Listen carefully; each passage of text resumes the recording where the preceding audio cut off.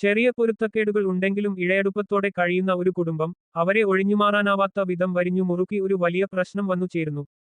അങ്ങനെയെങ്കിൽ ആ കുടുംബത്തിന്റെ നിലനിൽപ്പ് എങ്ങനെയാവും? പഴയ ഇഴയടുപ്പം അവർക്കിടയിലുണ്ടാകുമോ? ആരെല്ലാം കൂടെ നിൽക്കും, ആരെല്ലാം വിട്ടുപോകും? ഈ ചോദ്യങ്ങൾ കൈകാര്യം ചെയ്യുകയാണ് നവാഗതനായ ശരത് ചന്ദ്രൻ സംവിധാനം ചെയ്ത ഔസേപ്പിന്റെ ഒസ്യത്ത് എന്ന ചിത്രം. കിഴക്കൻമലമുകളിൽ വന്യമൃഗങ്ങളോടും പ്രതികൂല സാഹചര്യങ്ങളോടും മല്ലിട്ട് നേടിയെടുത്ത സമ്പത്തിന്റെ ഉടമയും 80കാരനുമായ ഔസേപ്പിനും മൂന്നാൺമക്കളുടെയും കഥയാണ് ചിത്രം പറയുന്നത്. ഒസ്യത്ത് ചിത്രത്തിൽ ഗസ്റ്റ് റോൾ മാത്രമാണെന്ന് പറയാം. മൈക്കിൾ, ജോർജ്, റോയ് എന്നിങ്ങനെ 3 മക്കളാണ് ഔസേപ്പിന്. മൂത്തവനായ മൈക്കിൾ സർക്കാർ ഉദ്യോഗസ്ഥനാണ്. ജോർജ് ഒരു പോലീസുകാരനും വനം വകുപ്പിൽ വാച്ചറായി ചെറിയ ജോലി നോക്കുകയാണ്. റോയ് കണിശക്കാരനാണ്. ഔസേപ്പ് വിഭാര്യൻ. പുറമേക്ക് കാണിക്കുന്നില്ലെങ്കിലും മക്കളെ സ്നേഹിക്കുന്ന പിതാവ്. തങ്ങളുടെ ജോലികൾക്ക് പുറമെ ബിസിനസ്സും ചെയ്യുന്നുണ്ട് മൈക്കിൾ. ചേട്ടായിയെ അകമഴിഞ്ഞ് സ്നേഹിക്കുകയും പിന്തുണയ്ക്കുകയും ചെയ്യുന്ന ജോർജ് ഇവിടെയും മൈക്കിളിനെ പിന്തുണയ്ക്കുന്നുണ്ട്. പക്ഷേ ബിസിനസ് നഷ്ടങ്ങളാണ് ഇരുവർക്കും വരുത്തിയത്. റോയ് നാട്ടുകാർക്ക് ഏറെ പ്രിയപ്പെട്ടവനാണ്. ക്വാറി പൂട്ടിക്കാനുൾപ്പെടെ സമരം ചെയ്യുന്ന നാട്ടുകാർക്ക് പൂർണ്ണ പിന്തുണയുമായി റോയും കൂടിയുണ്ട്. ചേട്ടായിമാർക്കും റോയ് ഏറെ പ്രിയങ്കരൻ തന്നെ. എങ്കിലും കൃത്യമായ ജോലി ഇല്ലാത്തത് ഔസേപ്പിന് റോയിയോട് വിരോധത്തിന് കാരണമാണ്. അതുകൊണ്ടാണ് ഒരാവശ്യത്തിന് 5 ലക്ഷം രൂപ റോയ് ചോദിക്കുമ്പോൾ സൗകര്യമില്ലെന്ന് ഔസേപ്പ് തറപ്പിച്ച് പറയുന്നത്. തകർച്ചയിലെത്തിയ ബിസിനസിന്റെ ആവശ്യത്തിനായി മൈക്കിളും ജോർജും ഔസേപ്പിനെ സമീപിക്കുന്നു. അന്നേ ദിവസം തന്നെ ഇവരുടെ ജീവിതം കീഴ്മേൽ മറിയുകയാണ്. തുടർന്ന് നടക്കുന്ന സംഭവവികാസങ്ങളാണ് അവസാനം വരെ പ്രേക്ഷകനെ ആകാംക്ഷയോടെ പിടിച്ചിരുത്തുന്നത്. കിഷ്കിന്ധാകാന്ഡത്തിന് ശേഷം വയോധികനായ ഔസേപ്പ് എന്ന കഥാപാത്രമായി ഞെട്ടിപ്പിക്കുന്ന മേക്ക് ഓവറിലാണ് വിജയരാഘവൻ എത്തുന്നത്.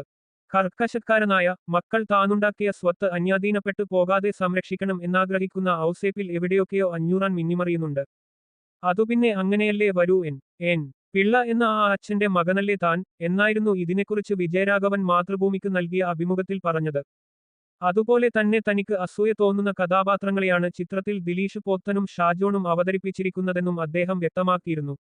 അത് അക്ഷരം പ്രതി ശരിവയ്ക്കുന്ന പ്രകടനമായിരുന്നു മൈക്കിളായെത്തിയ ദിലീഷ് പോത്തനും ജോർജ് ആയെത്തിയ ഷാജോണും കാഴ്ചവച്ചത്. കടുത്ത മാനസിക സംഘർഷത്തിലൂടെ കടന്നു പോകുമ്പോഴും തികച്ചും സാധാരണമായി പെരുമാറേണ്ട 2 കഥാപാത്രങ്ങളായി ഞെട്ടിച്ചു കളഞ്ഞു ഇരുവരും. ഷാജോണിന്റെ പോലീസ് കഥാപാത്രത്തിന്റെ ലുക്കിൽ എവിടെയൊക്കെയോ ദൃശ്യത്തിലെ സഹദേവൻ കടന്നു വരുന്നുണ്ടെങ്കിലും തീർത്തും വ്യത്യസ്തനായിരുന്നു ജോർജ്. റോയ് എന്ന കഥാപാത്രത്തിലൂടെ തിരിച്ചുവരവിൽ പ്രേക്ഷകന്റെ സ്നേഹം നേടിയെടുക്കും നടൻ ഹേമന്ത് മേനോൻ. ലെന, സെറിൻ ഷിഹാബ്, അഞ്ജലി, കനി കുസൃതി എന്നിവരാണ് ചിത്രത്തിലെ മറ്റ് കഥാപാത്രങ്ങളെ അവതരിപ്പിച്ചിരിക്കുന്നത്.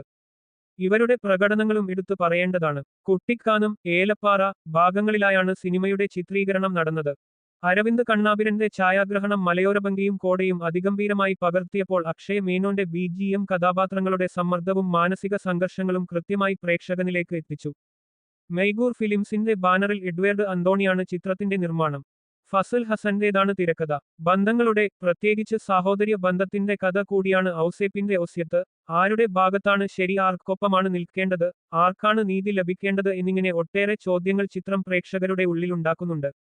ഒരു ഫാമിലി ത്രില്ലർ ഡ്രാമ എന്ന് വിശേഷിപ്പിക്കാവുന്ന ഔസേപ്പിന്റെ ഒസ്യത്ത് കഥാഗതി കൊണ്ടും കഥാപാത്രങ്ങളുടെ പ്രകടനം കൊണ്ടും അത്യാവസാനം പ്രേക്ഷകനെ പിടിച്ചിരുത്തുമെന്ന് തീർച്ചയാണ്.